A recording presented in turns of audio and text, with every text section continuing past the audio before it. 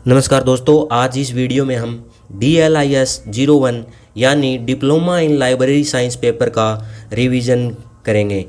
Exam के last दिन आपको लास्ट 5 मिनट में क्या पढ़ना है वो इस वीडियो में देखेंगे और शॉर्ट्स व लॉन्ग क्वेश्चन के आंसर कम टाइम में कैसे याद रखने हैं वो जानेंगे। और यदि आपको वीडियो की PDF चाहिए तो वो आपको कमेंट बॉक्स में मिल जाएगी। PDF के लिए आपको पासवर्ड वीडियो में मिल जाएगा। तो चलिए वीडियो स्टार्ट करते हैं। तो लास्ट 5 मिनट में आप क्या क्या याद रखना है वो देख लेंगे। प्रश्न नंबर 1 है, वर्गीकरण के उद्देश्य एवं आवश्यकता की चर्चा कीजिए। तो आंसर में क्या लिखेंगे? उद्देश्य लिख देंगे। उद्देश्य में क्या है? विषयों का क्रम, समान विषयों का एकीकरण, पुस्तक खोजने की सुविधा, समय एवं श्रम की बचत। उसके बाद आवश्यकता हेडिंग डाल लेंगे और उसके अंदर आपने आवश्यकताएं लिख देंगे। प्रश्न नंबर 2 है, कालक्रम में उत्तरता के सिद्धांत को उदाहरण सहित समझाइए। तो उत्तरता के सिद्धांत में क्या क्या आएगा? नवीन विषय को प्राथमिकता, समय के आधार पर क्रम, नवीनतम विकास, और फिर उसके उदाहरण लिख देंगे। इसके बाद 3 नंबर प्रश्न करेंगे, द्विबिंदु वर्गीकरण पद्धति में प्रयुक्त विधियों के क्या लाभ हैं। तो लाभ देख लेंगे, जटिल विषयों का वर्गीकरण, नए विषयों का समावेश, लचीलापन, विषय संबंध और बहुविषयक वर्गीकरण। 4 नंबर प्रश्न देखेंगे, विश्लेषणात्मक एवं संश्लेषणात्मक एवं परिगणनात्मक वर्गीकरण क्या है। तो ये हेडिंग डाल लेंगे, विश्लेषणात्मक पद्धति और उसके आगे उसमें लिख देंगे संश्लेषणात्मक पद्धति, इसका वर्णन इसके आगे कर लेंगे, और परिगणनात्मक पद्धति, उसके बाद इसके उदाहरण दे देंगे। प्रश्न नंबर 5 है, कार्ड फॉर्म सूची के गुणों की चर्चा कीजिए। तो क्या क्या गुण है इसके? लचीलापन है, नई प्रविष्टि जोड़ना, संशोधन की सुविधा, वर्णानुक्रम व्यवस्था, अनेक प्रविष्टियाँ, खोज में सुधार। प्रश्न नंबर 6 में क्या है? एडेड एंट्रीज निर्मित करने के उद्देश्यों एवं कार्यों का वर्णन कीजिए। तो उसमें उद्देश्य लिख देंगे और उसके बाद कार्य हेडिंग डाल के कार्य लिख लेंगे।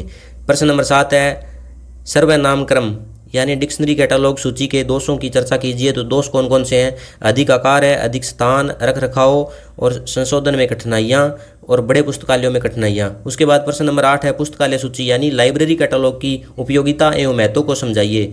तो उपयोगिता एवं महत्व में क्या लिखेंगे?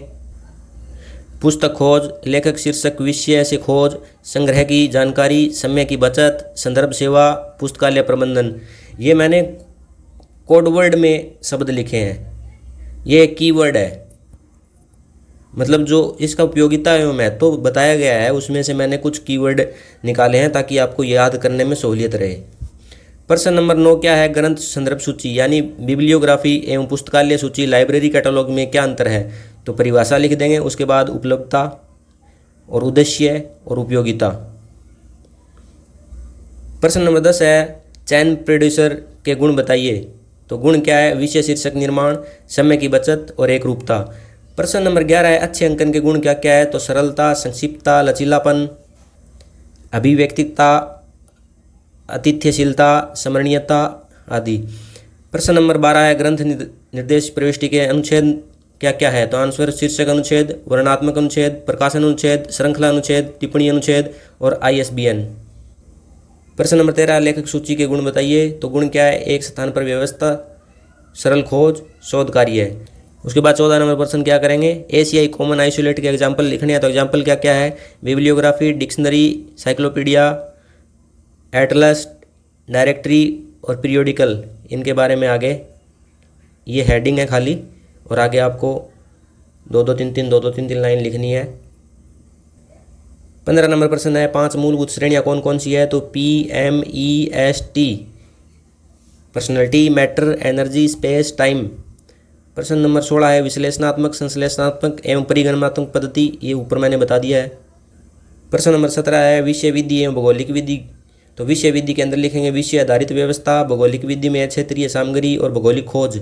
18 नंबर प्रश्न क्या है? वर्गीकरण सूची एवं शब्दकोशीय सूची में बताना है। तो वर्गीकरण संख्या, वर्णक्रम, विषय व्यवस्था, लेखक शीर्षक, विषय व्यवस्था और संबंधित विषय उपयोगिता।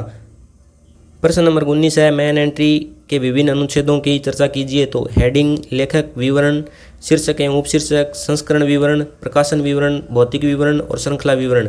प्रश्न नंबर 20 है, नेम कैटलॉग से आप क्या समझते हैं। तो इसके गुण और दोष बताने हैं। तो पहले परिभाषा लिख देंगे, फिर गुण बता देंगे, फिर दोष। उसके बाद प्रश्न नंबर 21 क्या करेंगे? ओपैक। ओपैक का मतलब क्या होता है? Online public access catalogue. इसके पहले परिभाषा बता देंगे, फिर गुण लिख देंगे, फिर दोष। इसके बाद में लॉन्ग टाइप क्वेश्चन।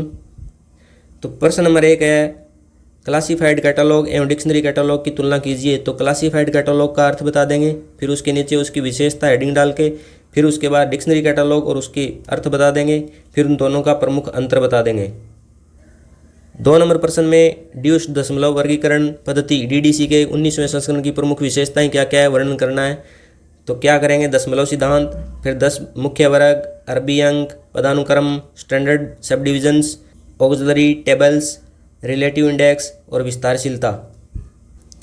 प्रश्न नंबर 3 है नोटेशन से आप क्या समझते हैं, इसके गुणों का वर्णन कीजिए। तो पहले परिभाषा लिख देंगे, उसके बाद गुणों में क्या क्या लिखेंगे, संकेतों का प्रयोग, क्लास नंबर, सरलता, संक्षिप्तता, स्पष्टता, विस्तारशीलता, स्मरणीयता, लचीलापन और पदानुक्रम। इसके बाद 4 नंबर प्रश्न है चयन प्रोसीजर क्या है, इसके गुण व दोष का वर्णन कीजिए। तो पहले परिभाषा लिख देंगे, उसके नीचे श्रृंखला प्रक्रिया के गुण बताने हैं।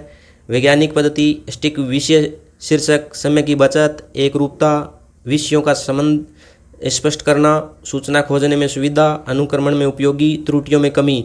उसके बाद इसके दोष बता देंगे, जटिल प्रक्रिया है, प्रशिक्षण आवश्यक है, समय अधिक लग सकता है, विशेषज्ञता की आवश्यकता होती है।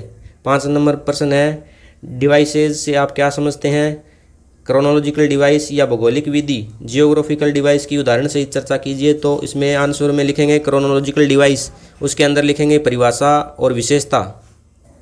अब विशेषता में क्या क्या लिखेंगे, समय आधारित व्यवस्था है, कालक्रम, इतिहास एवं साहित्य में उपयोग, विकास क्रम। उसके बाद जियोग्राफिकल डिवाइस में क्या लिखेंगे, स्थान आधारित व्यवस्था, क्षेत्रीय व्यवस्था, देश राज्य क्षेत्र एवं क्षेत्रीय अध्ययन।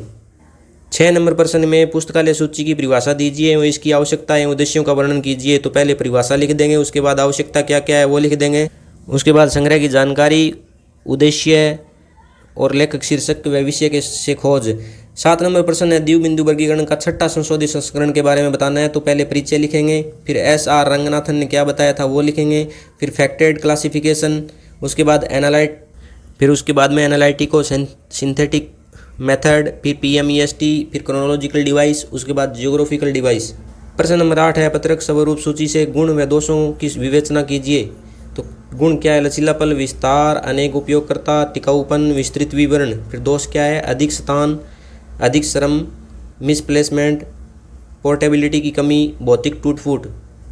उसके बाद प्रश्न नंबर 9 है पुस्तकालय वर्गीकरण। पहले परिभाषा लिख देंगे, फिर कार्य में क्या लिखेंगे, विषय आधारित व्यवस्था, सेल्फ व्यवस्था और सापेक्ष स्थान, त्वरित पुनर्प्राप्ति।